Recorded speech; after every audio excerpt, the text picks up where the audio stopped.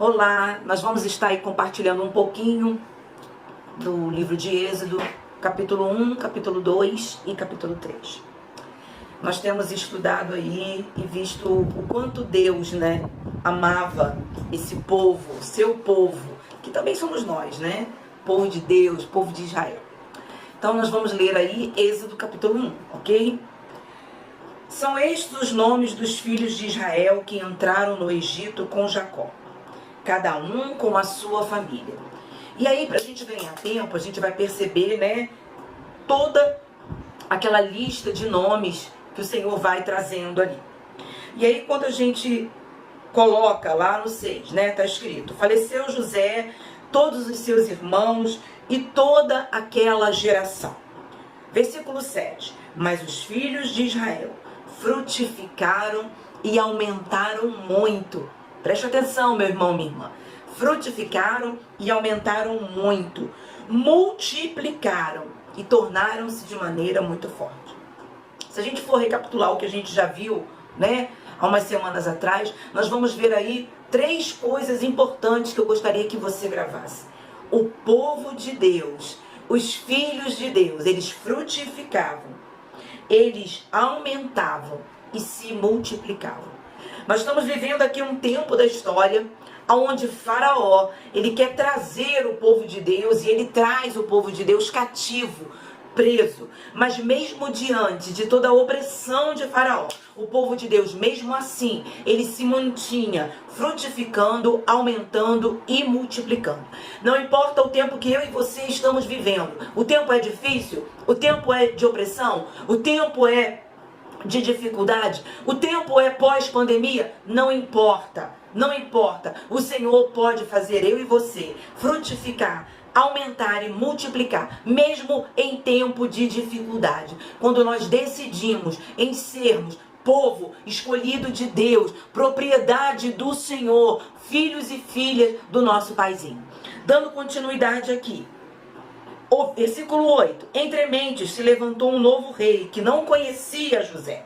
Disse ao seu povo: o povo de Israel é mais numeroso e mais forte que nós.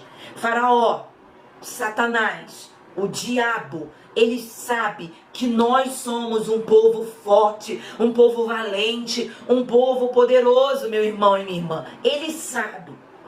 Ele diz assim,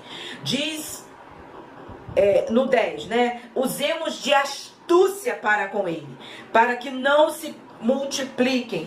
E vindo a guerra, ele diz aqui, vindo a guerra, eles se ajuntem, pelejem contra nós e saia da terra. Faraó tinha medo, porque Faraó entendia a força desse povo. Faraó entendia a quem esse povo servia, e o poder e a autoridade que eu e você e que aquele povo tinha em Deus. Porque a Bíblia diz, meu irmão e minha irmã, que em Deus, eu e você podemos fazer proezas, saltaremos muralhas, passaremos por meio de multidões e prevaleceremos. Diz a palavra, isso ao meu respeito e ao teu respeito.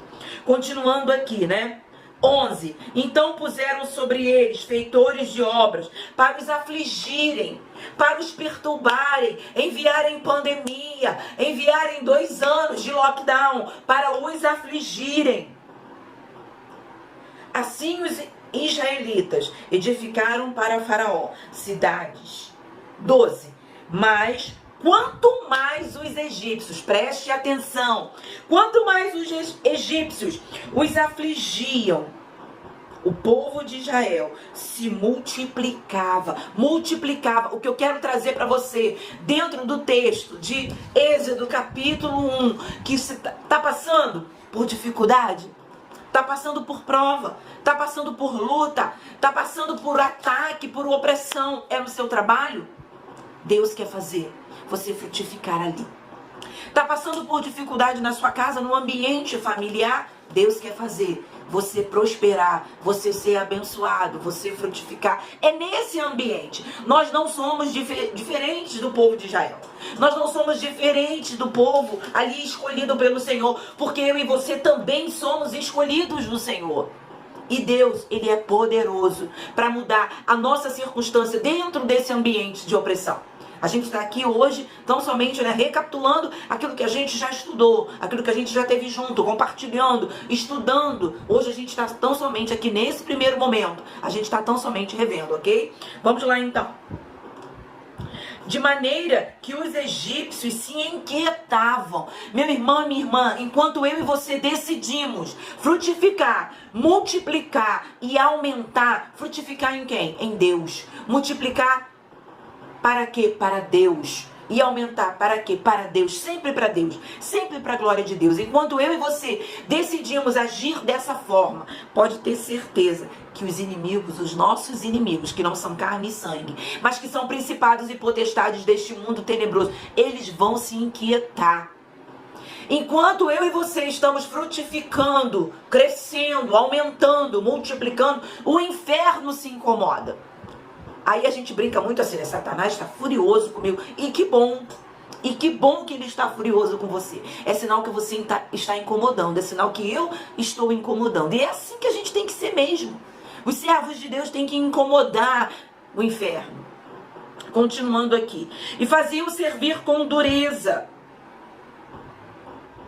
15. O rei do Egito disse às parteiras hebreias, das quais uma se chamava Sifrá e Puá. Deus escolhe aí, Deus separa essas mulheres. O rei do Egito, Faraó, percebeu. Sabe o que significa Sifrá? Esse nome Sifrá, eu valorizo muito o significado dos nomes. Sifrá significa muito excelente. Muito excelente. E Puá, aquilo que é bom. Deus está separando você. Você que está aí me ouvindo, como uma pessoa de excelência, como uma pessoa especial para um grande projeto dele. Faraó se ligou nessas duas mulheres e deu a elas uma missão, mas o Senhor tinha Sifrá e Puá como muito excelente, como aquilo que é bom. Como o Senhor tem visto a mim e a você, meu irmão e minha irmã? Como o Senhor tem olhado para nós e tem visto, ainda que o inferno intente ou tente usar a vida do meu filho e da minha filha, eu vejo ele, eu a vejo, vejo ele, vejo ela como alguém muito excelente, como alguém que vai cumprir sim o meu propósito, não o propósito de Faraó, não o propósito de Satanás. O propósito de Faraó era que essas mulheres fossem usadas, para estar ali, vamos dizer assim, separando todas as crianças que nascessem, para que elas fossem mortas. Por quê? Faraó sabia que cada criança que nascia, cada criança de Deus, cada criança do povo de Deus que nascia, era problema para ele. Satanás sabe que cada vez que alguém se converte, cada vez que alguém decide frutificar, crescer, aumentar, multiplicar, Satanás sabe que é problema para ele. Faraó, diante disso, entendendo, que o crescimento do povo de Deus era um problema para ele, ele diz: olha, vocês duas vão matar as crianças. Vocês vão colocar as crianças no rio para que elas se afoguem, para que elas sejam mortas. O rio Nilo era um rio cheio de crocodilos. Não tinha saída. Não tinha escapatória, era morte. E a gente vai ver aqui como Deus, ele é um Deus de livramento. Deus é um Deus que tem propósito na nossa vida. E não importa como o inferno se levante, Deus, ele traz livramento. Continuando aqui então, no 17. As parteiras temeram a Deus e não fizeram como o rei do Egito, Faraó, tinha ordenado. Eu e você precisamos temer a Deus. E a gente precisa entender que se Deus está chamando, que se Deus está enviando, que se Deus está separando, Deus, ele paga a conta. Sabia? Quando Deus, ele te chama para cumprir um propósito, para cumprir um projeto que ele tem sobre a sua vida, Deus, ele já pagou a conta. Você não precisa se preocupar. Eu não sei como fazer, eu não tenho condições, eu não tenho recurso, eu não sei como sair dessa situação, eu não sei como agir. Deus já preparou tudo, porque Deus, ele está vendo lá na frente. Amém? Você consegue entender isso? Você que está me ouvindo aí, você consegue entender dessa forma? Entenda, se Deus te chama, ele já pagou a conta. Continuando aqui então, diz: Ainda no 17. As parteiras, porém, temeram a Deus e não fizeram como o rei lhes dissera. Antes conservaram os meninos com vida. Então o rei chamou as parteiras e lhes disse: por que fizeste isso? Por que deixaste viver os meninos? Respondeu as parteiras a Faraó: é que as mulheres hebreias não são como as egípcias. Nós somos diferentes. Eu e você somos diferentes. Nós não somos como aqueles que são do Egito. Nós somos diferentes. O Senhor nos colocou nessa terra para fazer diferença. E aí continua assim, elas responderam, né? Nós somos vigorosas e já tendo dado à luz antes que a parteira chegue. Portanto, Deus fez bem as parteiras e o povo aumentou e se fortaleceu muito. Ei, entenda uma coisa. À medida que eu e você obedecemos, à medida que eu e você cumprimos a palavra, cumprimos aquilo que o Senhor diz, Ele é fiel para nos honrar. Ele é fiel para cumprir tudo aquilo que Ele disse para nós. Então, assim, entenda uma coisa. Ainda que os dias sejam difíceis, ainda que você se veja numa situação de pós-pandemia, sem alternativa, sem saída, confia no Senhor. Eu costumo brincar e dizer: segura na mão de Deus e vai. Sabe? Esses dias eu postei lá no meu status, né, no WhatsApp, que muitas das vezes a gente tem um entendimento que retroceder, dar um passo para trás é derrota. Não. Quando você, muitas das vezes, se Deus, preste atenção, se Deus, a pastora mandou eu retroceder. Não, eu não estou falando isso. Eu estou dizendo que se Deus está direcionando você para um tempo, para uma estação, para um propósito, dar um passo para trás, entenda que quando você dá ré, quando você dá um passo para trás, você consegue ter uma visão mais ampla, maior, com uma dimensão maior do que tem lá na frente te esperando. Ei, olhe para frente. Teve que dar um pouquinho de ré? Teve que retroceder em algum aspecto, em algum momento? Ok, tudo bem, mas entenda, Deus está alargando a sua visão, ainda que seja retrocedendo. Quando estamos em Deus, seja dando um passo para trás ou um passo para frente, em tudo, o Senhor nos faz mais que vencedores e vencedoras, porque o Senhor é fiel. Interessante que quanto mais Faraó afligia o povo, quanto mais Faraó batia no povo, mais o povo crescia, mais o povo aumentava, mais o povo se multiplicava. Isso não é diferente na minha vida e na tua vida. Isso não é diferente. Deus, Ele continua da mesma forma agindo, porque a palavra diz: o nosso Deus é o mesmo Deus de ontem, de hoje e eternamente. E Ele está vendo lá na frente, né? Quanto mais o povo era afligido, mais o povo era abençoado e se multiplicava. Está se sentindo afligido? Está se sentindo pressionado? Está se sentindo esmagado? Entenda, o Senhor é capaz. Ele é Deus, Ele é Senhor, Ele é o Todo-Poderoso, Ele é o Deus El Shaddai, que pode fazer você crescer e se multiplicar no meio dessa aflição. Mas eu estou no fundo do poço. Nós estamos cansados de saber o seguinte: quando estamos no fundo do poço e que a gente levanta a nossa cabeça, a gente está vendo lá em cima. E é do alto que vem o meu socorro e o teu socorro. É do alto que vem aquilo que eu e você precisamos. Interessante como o livro de Êxodo, ele traz esse ensinamento para nós, de um povo que viveu um tempo muito difícil, mas que Deus estava de mãos estendidas para abençoar. Um Deus que estava de mãos estendidas para cuidar, para proteger. Interessante, né, que se a gente for ver, tem gente, preste atenção, que quer usar o nosso crescimento para crescer. O que na verdade Faraó queria? Faraó queria crescer escravizando o povo de Israel, o povo de Deus. Porque ele sabia que o povo de Deus tinha força. Ele sabia que o povo de Deus tinha coragem, que o povo de Deus tinha ousadia, que o povo de Deus já tinha visto os sinais, os milagres, as maravilhas do Senhor, e ainda tinha muita coisa boa para Deus fazer lá na frente. Então Faraó queria crescer, queria prevalecer em cima do povo de Deus. Fique ligado, fique atento, porque Satanás, ele é dono de toda a astúcia. E muitas das vezes ele vai querer crescer em cima da força que você tem, em cima da autoridade que você tem, em cima do poder que foi derramado sobre a sua vida. E recebereis poder, como diz a palavra, ao descer sobre vós o Espírito Santo. Tem gente aí do outro lado cheia do Espírito Santo. Tem gente aí do outro lado cheia do poder de Deus, homem e mulher de Deus, que não vai temer a nenhuma afronta do diabo, que não vai temer a nenhuma acusação de Satanás, mas que vai se levantar e vai dizer: não, a palavra é morte, mas eu declaro vida.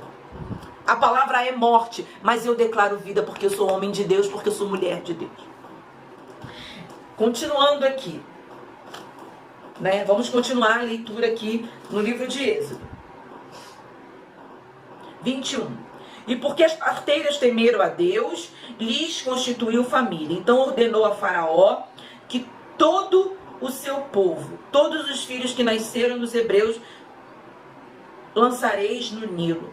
Mas todas as famílias, todas as filhas, deixarei viver.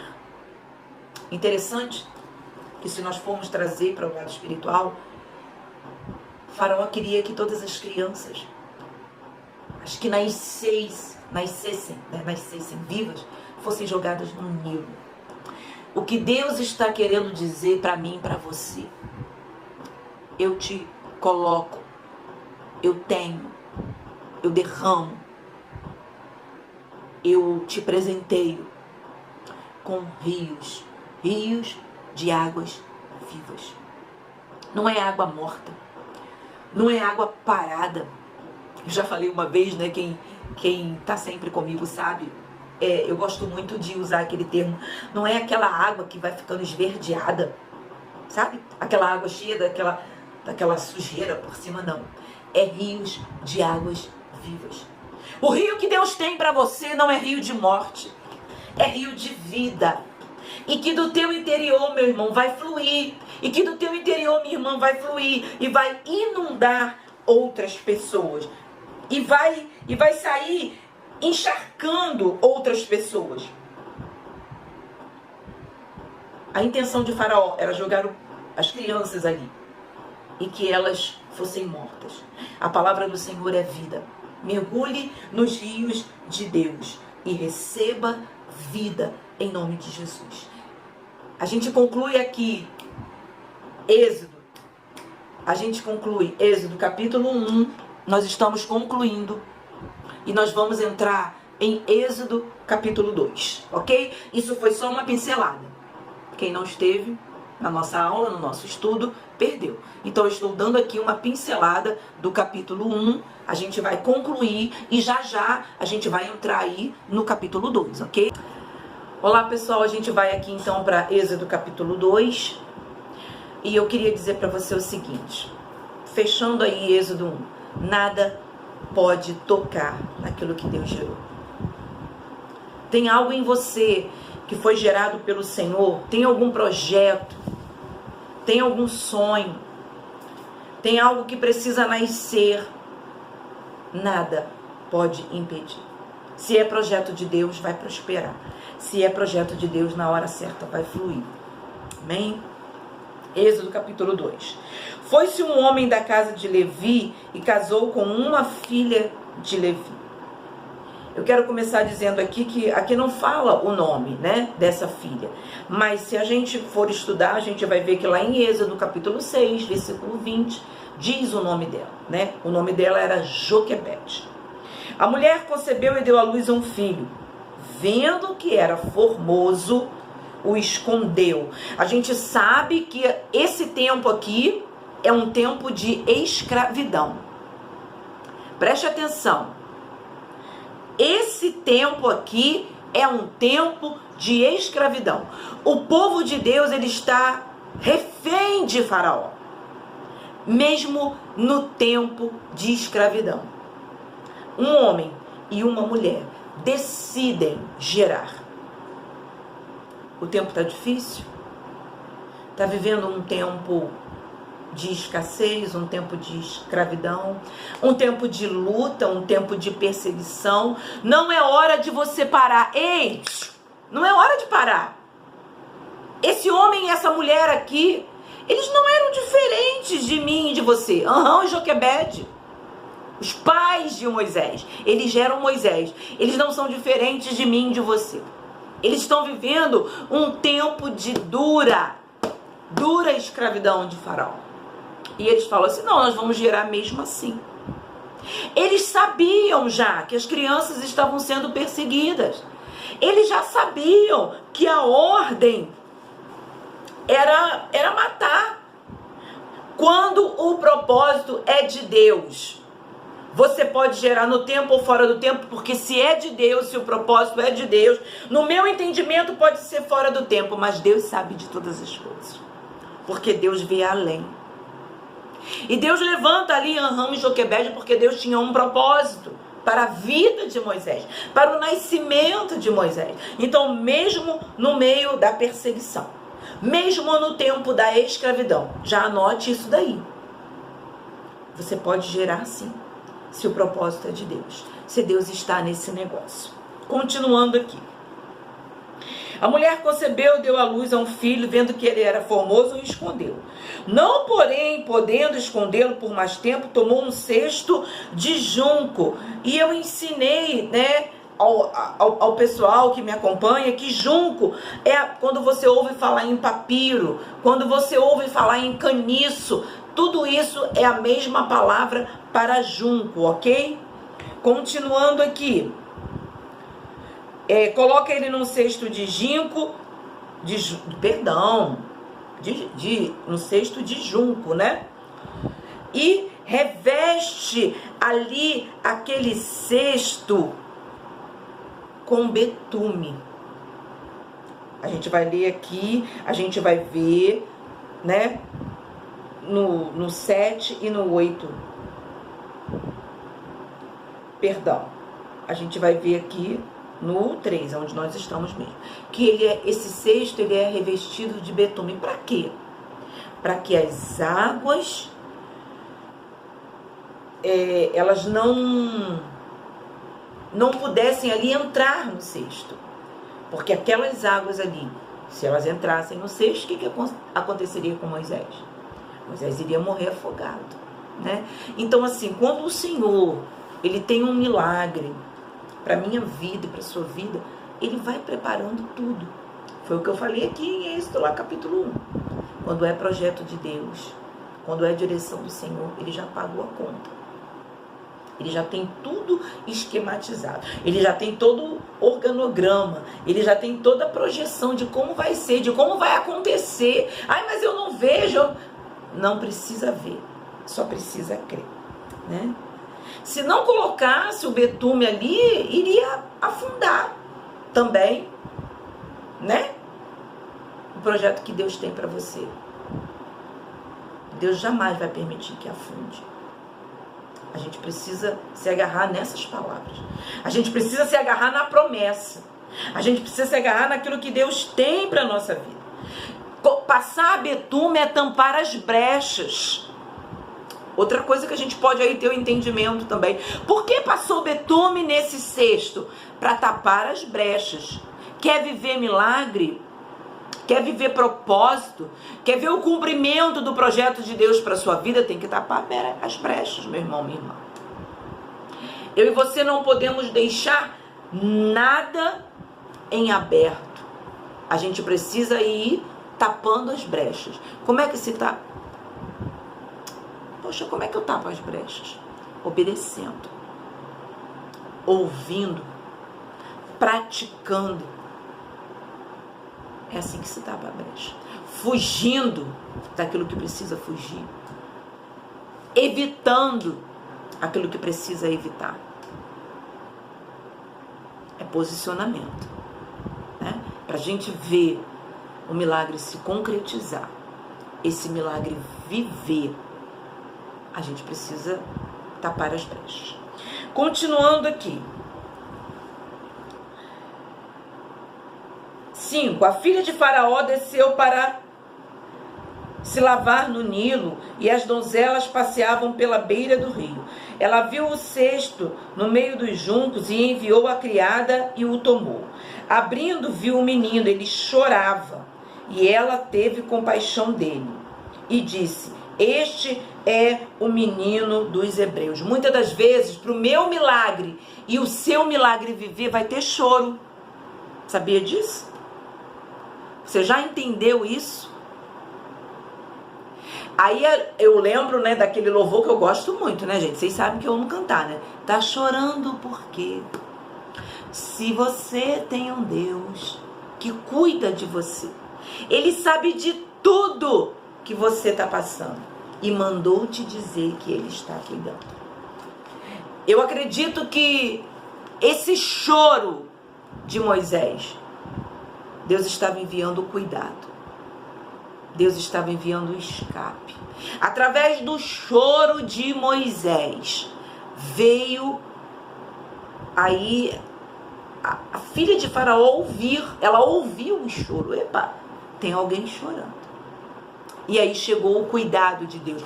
Porque a filha de Faraó entrar nessa história era uma prova do cuidado de Deus. Era uma prova do amor de Deus por esse projeto. Está chorando pelo seu projeto? Creia que Deus está enviando o cuidado. Creia que Deus está enviando a resposta. Creia que Deus está enviando aí alguém. Eu não sei como. Não sei como vai acontecer. Mas eu só sei que Deus é Deus. Você entende isso? Que Deus é Deus? Aquela mulher improvável. Era improvável. Aquela mulher, ela ouviu o choro. Continuando aqui. 7. Então disse sua irmã: queres que eu vá chamar uma ama entre as hebreias que crie este menino? Miriam cheia de ousadia, né? Miriam cheia de intrepidez. A irmã do bebê, a irmã de Faraó. Ela é tomada ali pelo Senhor e ela traz, né, essa ideia. Quer que eu chame alguém para cuidar? Meu irmão, entenda uma coisa, minha irmã. Você quer viver projeto? Quer ver o cumprimento do propósito? Tem que ter ousadia. Tem que partir para cima.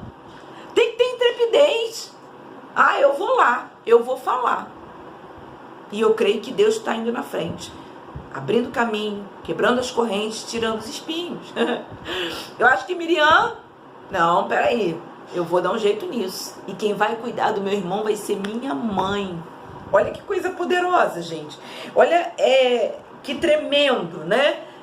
Interessante que essa mãe coloca ali a Miriam, a filha, né? A irmã, filha, irmã, em vigilância. Moisés era o projeto. Moisés era algo do coração de Deus. Essa mãe, ligada com o Senhor que era, eu creio, ela coloca esse projeto em vigilância.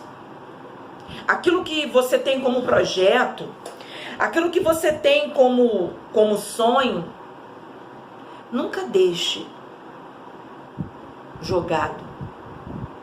Nunca deixe sem vigilância. Nunca deixe sem os seus olhos estarem sobre ele. Eu creio que você está entendendo aqui o que eu estou falando, né? A revelação que Deus está trazendo através desse estudo no livro de Êxodo. Hoje no capítulo 2. Aquilo que você sabe que Deus te entregou, aquilo que você sabe que Deus projetou para a sua vida, é preciso sim cuidar, zelar, tapar as brechas, e é preciso vigiar. É preciso estar atento, observando, vendo os sinais. E nesse momento ali, com muita sabedoria, Deus ele traz ali a Miriam, a irmã, essa estratégia. Né? Interessante que o Nilo, ele era uma descida. E Deus faz o cesto subir, gente. Deus é lindo. O teu projeto, aquilo que nasceu no coração de Deus para o teu coração, na hora certa Deus vai fazer subir. Na hora certa Deus vai fazer avançar. Na hora certa, Deus vai dar o crescimento. Ele vai fazer frutificar e vai chegar. O meu projeto precisa chegar na mão de alguém. Alguém precisa ver, alguém precisa conhecer, alguém precisa receber. Vai chegar. Cumpre o propósito. Obedece.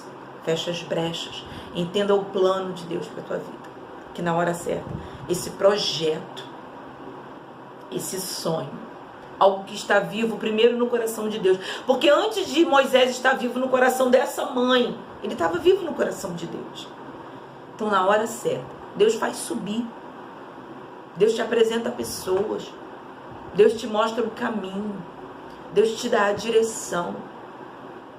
Deus tira as escamas dos olhos, os tampões dos ouvidos. Amém? Vamos continuar aqui.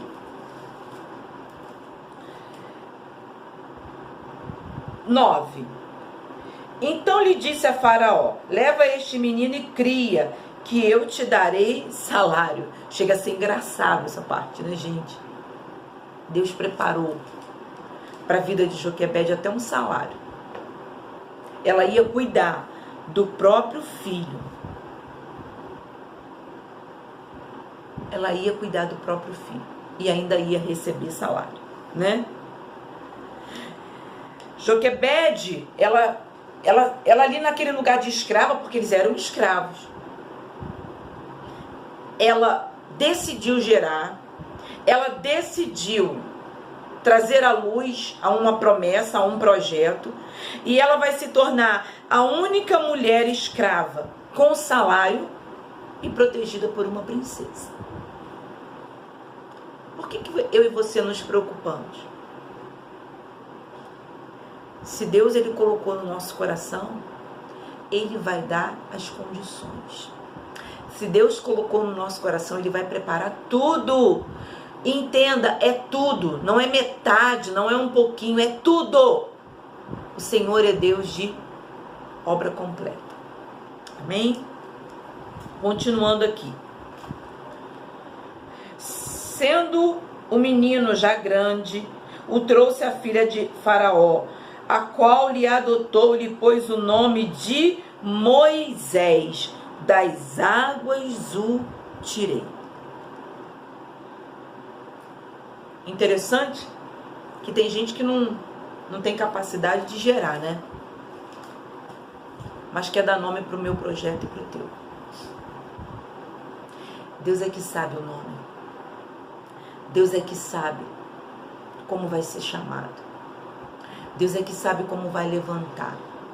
Deus é que sabe como vai fazer fluir. Amém? Das águas o tirei. Continuando aqui. Só um minuto. Só um minutinho, nós já vamos continuar. Deixa eu só achar aqui. Vocês acreditam? Gente, ao vivo é assim, né? Que essa minha Bíblia, ela tem uma folha solta, né? Essa minha Bíblia tem uma folha solta. É uma Bíblia velhinha, uma Bíblia que eu amo, mas ela está com a folha solta.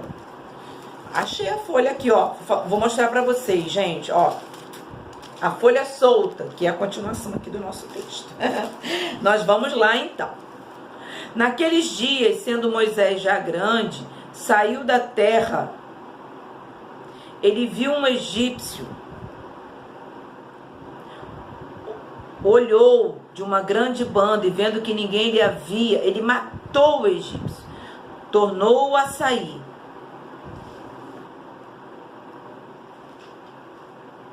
Ele tornou-o a sair. Só um minutinho. E viu 2 hebreus que contendiam. Perguntou: por que feres ao teu próximo? O homem respondeu: quem te pôs por príncipe e juiz sobre nós? Pensa matar-me como mataste o egípcio? Então temeu Moisés e disse: certamente este negócio foi descoberto. E a gente vai ver aqui que Moisés, né, ele entra aí de certa forma, ele entra numa situação estreita, né?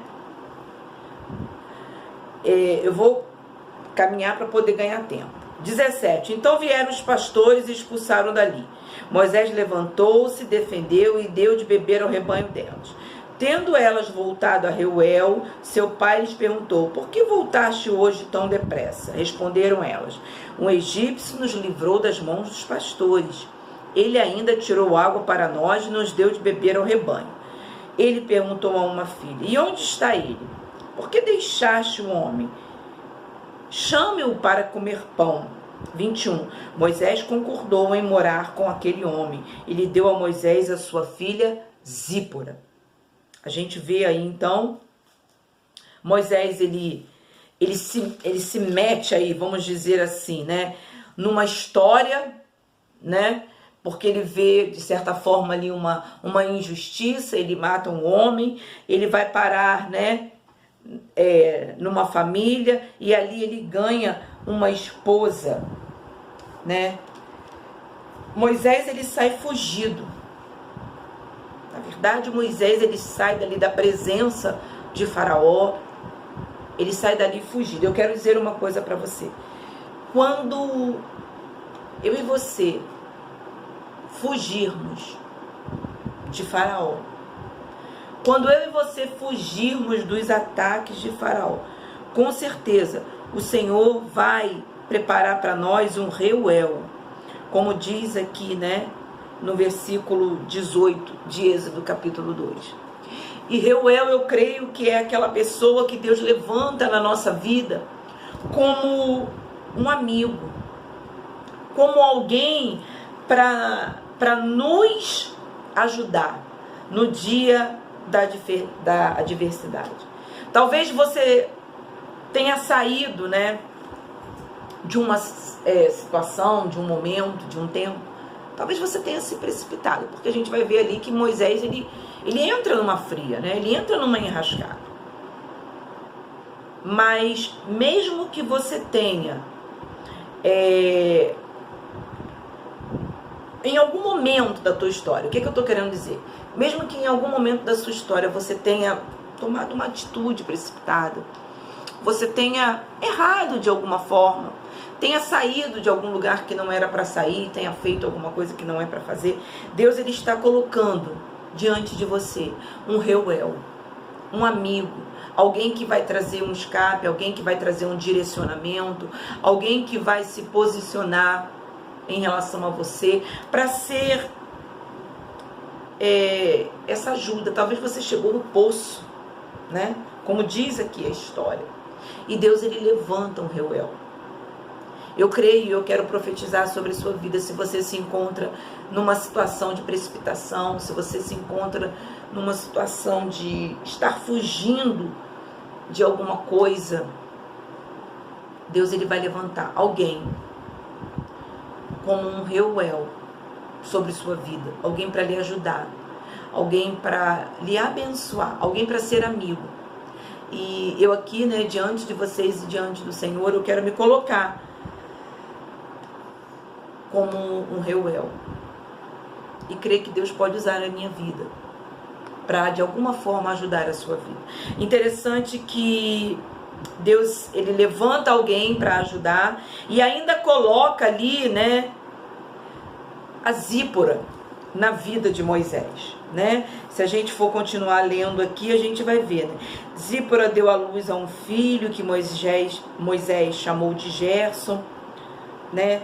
Peregrino sou em terra estranha. 23. Depois de muitos, morreu o rei do Egito, os filhos de Israel gemiam sobre a servidão, e por causa dela clamaram, o seu clamor subiu a Deus. Ouviu Deus o gemido e se lembrou da sua aliança com Abraão, com Isaque e com Jacó. Atentos Deus para os filhos de Israel, Deus os conheceu. Então a gente vai ver aqui, dentro da história, que por conta de uma precipitação de Moisés, Deus envia ali, né, Reuel. Moisés está ali no poço, né, mas Deus preparou para ele a vida de Reuel e a vida de Zípora. E a gente vê que Moisés, ele vai continuar aí acompanhando a história. A gente vai ver que Moisés, ele voa, que Moisés, ele prospera, mesmo em terras estranhas. Então, em tudo, entenda, eu sou um projeto de Deus, você é um projeto de Deus. Em algum momento da nossa história nós erramos, em algum momento da nossa história nós nos precipitamos, tomamos um posicionamento errado. Deus ainda tem, hoje, Deus ainda tem solução. Deus ainda tem virada de história. Algumas pessoas muito dizem, né? Virada de chave. Reuel foi uma virada de chave na vida de Moisés. Zípora foi uma virada de chave na vida de Moisés. Deus pode estar trazendo hoje, nesse dia, uma virada de chave para a minha vida e para a sua vida. Que nós possamos estar atentos ao que Deus quer fazer. Que nós possamos estar ligados ao que Deus tem e quer fazer nas nossas vidas. Que nós possamos nos posicionar diante do Senhor para receber tudo aquilo que Ele tem para a nossa vida. Vamos lá então, Êxodo capítulo 3. Apacentava Moisés o rebanho de Jetro. Para você entender aqui, Jetro e Reuel eram as mesmas pessoas. Jetro era um título de honra que foi dado a Reuel. Reuel era amigo de Deus. Jetro, sacerdote. Mas entendo, quando você ouvir falar Reuel e Jetro, associe, são a mesma pessoa, ok? Seu sogro, sacerdote de Midian, e levou o rebanho para trás do deserto e chegou a Horebe, o monte de Deus. Apareceu-lhe o anjo do Senhor numa chama de fogo, no meio de uma sarça. Moisés olhou e viu que a sarça ardia no fogo, mas a sarça não se consumia. Eu quero parar aqui para você entender algo. Moisés, ele passa 40 anos, gente. Moisés, ele passa ali 40 anos para ele ter um encontro de fato, um encontro real com o Senhor. Quando ele chega na casa de Jetro, ali, né, já como sogro, Moisés, ele já está ali com 80 anos, né, para que Deus se manifestasse na vida de Moisés. Moisés, ele precisava deixar de ser centralizador. Então a Bíblia diz que ele levou o rebanho para trás do deserto. Quem leva, se eu estou levando para alguém, ok? Quando eu estou levando para alguém. Quando eu estou trazendo para si, para mim, né? Então a Bíblia diz aqui que Moisés, ele leva esse rebanho. Eu acredito que Moisés, ele demora 40 anos para ter esse encontro com Deus. Ele protelou demais para ter um verdadeiro encontro com Deus. Eu quero falar com você nesse capítulo de Êxodo 3. Está esperando o quê? Para ter de fato e de verdade um encontro com o Senhor. Até quando você vai ficar protelando? Vai esperar igual Moisés? Que só teve realmente um encontro ali com o Senhor quando ele já tinha 80 anos de idade. O tempo é hoje. O momento é agora de nós termos esse encontro com o Senhor. Então a primeira coisa que eu queria dizer para você, pare de protelar esse encontro com Deus vivo, com Deus poderoso, com Deus da sarça ardente. Versículo 2, então, a gente vai ver que Moisés aqui, ele está num ambiente onde Deus vai se manifestar. Eu e você precisamos estar em lugares, em ambientes onde Deus quer e vai se manifestar, né? A sarça, ela era ali um arbusto, uma árvore cheia de espinhos e sem frutos, né? E Deus, ele se manifesta nesse lugar onde tinha espinhos, né? Eu acho que a sarça, ela fala um pouco de quem Moisés era e de quem eu e você somos. Será que eu e você não somos cheios de espinhos? E Deus, ele está pronto para se manifestar neste lugar. Esse lugar cheio de espinhos, esse ambiente cheio de espinhos, e fazer algo poderoso nas nossas vidas. A gente vai ver aqui que essa sarça trazendo para nós, né, uma revelação, um entendimento de quem Moisés era, né? E aí vai dizer, né, mas a sarça não se consumia. E nós vamos ver aqui que a sarça, lendo, né, essa história, eu e você, a gente também não deixa de ser, meu irmão, minha irmã, uma árvore, um arbusto cheio de espinho, onde Deus quer se manifestar e trazer a glória dele, né? Lá no livro de Isaías, do profeta Isaías, diz, né, que no lugar da sarça se manifestará a murta. Eu acredito que Deus quer tirar todo o espinho e fazer de nós uma árvore frondosa, uma árvore que dê bons frutos e frutos que permaneçam, né? Continuando aqui. 3. Então disse consigo mesmo: agora me virarei para lá e verei essa estranha visão, porque a sarça não se queima. A gente vai ver que essa sarça aqui, né, ela não vai pegar fogo só por um momento. 4. Vendo o Senhor que se virava para ver, bradou Deus a ele no meio da sarça: Moisés, Moisés. Respondeu ele: eis-me aqui.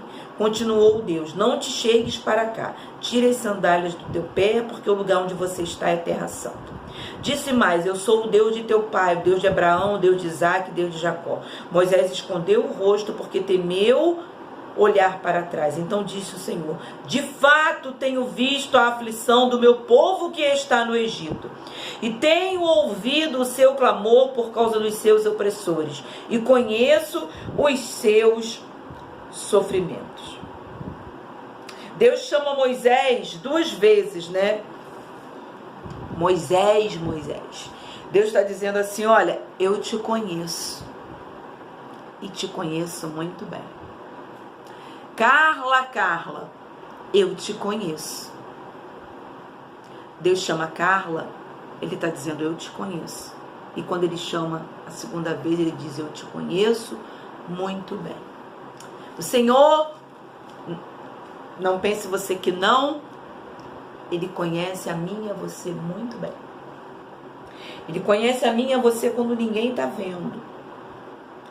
Ele conhece a mim e a você quando estamos no nosso quarto, quando estamos tendo os nossos momentos.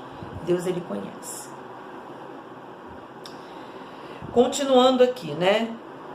Moisés, ele passa 40 anos na casa de Jetro ou na casa de Reuel. Ele se faz ali de egípcio. E Deus, ele vem para confrontar a identidade de Moisés. Deus, ele vem para confrontar a mim e a você. Quem eu e você somos? O que estamos fazendo? Para onde nós estamos indo? Moisés, ele sabia que no dia que ele fosse de fato ali se encontrar com Deus, ele seria confrontado. Talvez você que está aí me ouvindo ainda não quis, ainda não se permitiu ter um encontro real com Deus, porque você sabe que você vai ser confrontado. Moisés, Moisés. Carla, Carla. Uma hora, meu irmão, minha irmã, vai chegar o confronto. E eu espero que eu e você já tenhamos tido, ou venhamos ter rápido, esse entendimento. Porque quanto antes eu e você somos confrontados, mais rápido é a obra e o projeto que Deus tem para a nossa vida se concretizar, né? Demoramos a nos encontrar com Deus porque temos medo do confronto. Moisés tinha medo desse encontro, porque Moisés tinha medo de ser confrontado pelo Senhor. O confronto, ele vai revelar quem de fato eu e você somos. O confronto, ele vai revelar de fato o nosso caráter, quem nós somos em Deus, a nossa identidade. E o Senhor, ele fala para Moisés: olha, tira as sandálias dos teus pés. Era hábito, né, dos egípcios, né, eles tirarem as sandálias diante dos deuses deles. E Deus está dizendo: olha, você agora vai fazer o mesmo na minha presença. Enquanto você estava no Egito, Moisés, talvez por diversas vezes você tirou as sandálias dos pés para os deuses egípcios. Agora é hora de você tirar as sandálias para o único e verdadeiro Deus. Eu acredito que era isso que o Senhor estava trazendo ali para Moisés naquele momento, quando Deus diz para ele tirar as sandálias, que aquele lugar ali era um lugar santo. Era uma cultura, naquela época, tirar as sandálias no Velho Testamento. Já no Novo Testamento, a cultura é diferente. No Novo Testamento, a cultura já é colocar as sandálias. Por quê? Tirar as sandálias era para o escravo. Tirar as sandálias era uma atitude que o escravo tinha que ter diante dos deuses. Hoje, no Novo Testamento e hoje, a atitude é colocar as sandálias. Porque nós não somos mais escravos. Nós somos filhos e filhas de Deus. No Antigo Testamento, a ordem era tirar as sandálias. No Novo Testamento, na Nova Aliança, a ordem é coloque as sandálias. Pastor, de onde você está tirando isso? Quando aquele filho pródigo, ele vai embora de casa. Ele sai dali e ele vai viver uma vida de escravo. Quantos conhecem essa história? Aquele filho que tinha tudo, ele passa a viver uma vida de escravo.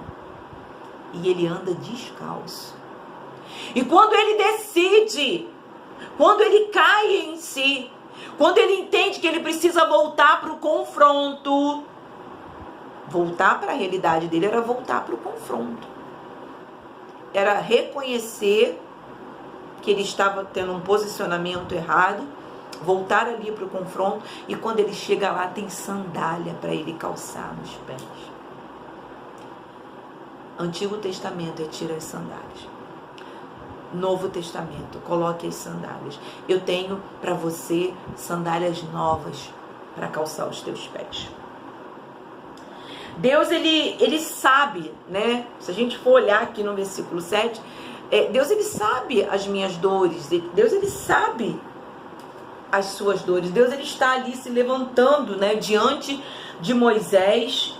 E eu acredito que muitas das vezes vem, né, aquela coisa do vitimismo, né, da autossabotagem, mas Deus, ele se levanta, né, e ele diz que escolheu a mim e a você, assim como ele escolheu a Moisés, porque ele sabe a nossa capacidade que nós temos nele. Então, muitas das vezes, o confronto é necessário para que a gente venha a entender quem nós somos em Deus. Continuando aqui, vamos continuar a leitura. O 7, né? Então disse o Senhor: de fato eu tenho visto a aflição do meu povo, tenho ouvido o seu clamor por causa dos seus opressores e conheço os seus sofrimentos. Por isso desci. Quando nós chamamos o Senhor, Ele vem. Quando nós chamamos o Senhor, Ele vem para nos socorrer, para nos ajudar. Eu desci para fazê-lo subir daquela terra para uma terra boa, espaçosa, para uma terra que mana leite e mel, o lugar do cananeu, do eteu, do amorreu, do ferizeu, o lugar da Carla, o lugar do João, da Maria, do Paulo, do Antônio. Deus, ele se levanta. Versículo 9. E agora o clamor dos filhos de Israel chegou a mim, e também tenho visto a opressão com que os egípcios os oprimem. Meu irmão, minha irmã, o Senhor, ele se coloca nesse lugar para nos ajudar, para nos socorrer, para nos levantar, para estender a mão, para nos erguer, né? É interessante que Deus, ele vem aqui dizendo, né? Eu vou dar uma pulada aqui, eu vou lá para o 14. E o Senhor, ele se levanta e ele fala a Moisés, olha, disse Deus a Moisés, eu sou o que eu sou. Sabe o que Deus está dizendo para Moisés? Sabe o que Deus está dizendo para mim e para você, né, nesse dia? Agora, você que está ouvindo aí. Eu sou aquilo que você precisa que eu seja. Eu sou o Deus de cada situação da sua vida. Eu sou o Deus de cada instante, de cada momento. Eu sou o Deus que tem tudo aquilo que você precisa para sair desse quadro. Para sair desse momento tenso que você está vivendo. Deus está dizendo para Moisés assim, olha Moisés, segue o meu projeto. Ouve a minha voz. Cumpre a minha palavra, porque eu vou fazer tudo aquilo que você precisa que eu faça. Tudo aquilo que o meu povo precisa que eu faça, eu farei. Porque eu sou o que eu sou. Deus não muda. Deus não falha. A ideia de Deus, meu irmão, minha irmã, não muda. O projeto de Deus não muda. O que ele escreveu está escrito. E interessante, né, que quando nós estamos nessa presença, quando nós seguimos, né, esse processo, a gente não sai de mão vazia. Ele diz, eu vou levar vocês para a terra que mana leite e mel. Ei, meu irmão, minha irmã, entenda que quando eu e você obedecemos, nós não vamos sair de mãos vazias. O que Deus tem pra gente é terra que mana leite e mel. Segue o meu projeto. Cumpre o meu propósito. Porque eu vou te levar a uma terra que mana leite e mel. Deus está abrindo portas dentro do terreno do inimigo. Dentro da circunstância adversa. Deus é um Deus que mostra aí, que se revela no capítulo 3 do livro de Êxodo. Um Deus que tem terra que mana leite e mel para o seu povo. Um Deus que vai cumprir os sonhos dele para a vida daquele povo, mesmo numa terra de aflição. Eu vou honrar vocês. Vocês não vão sair de mãos vazias. Deus, ele aparece, né, para Moisés nessa planície, nesse monte, né, no Monte Sinai. E Deus ali faz, né, na vida de Moisés, coisas tremendas. Nós vamos encerrar aqui o estudo de Êxodo, capítulo 3. Talvez durante a semana a gente vai estar aí adiantando outros capítulos. Vamos ver o que vai acontecer. Eu desejo que você guarde essa palavra no seu coração e que essa palavra traga uma incomodação santa para a tua vida. Deus te abençoe.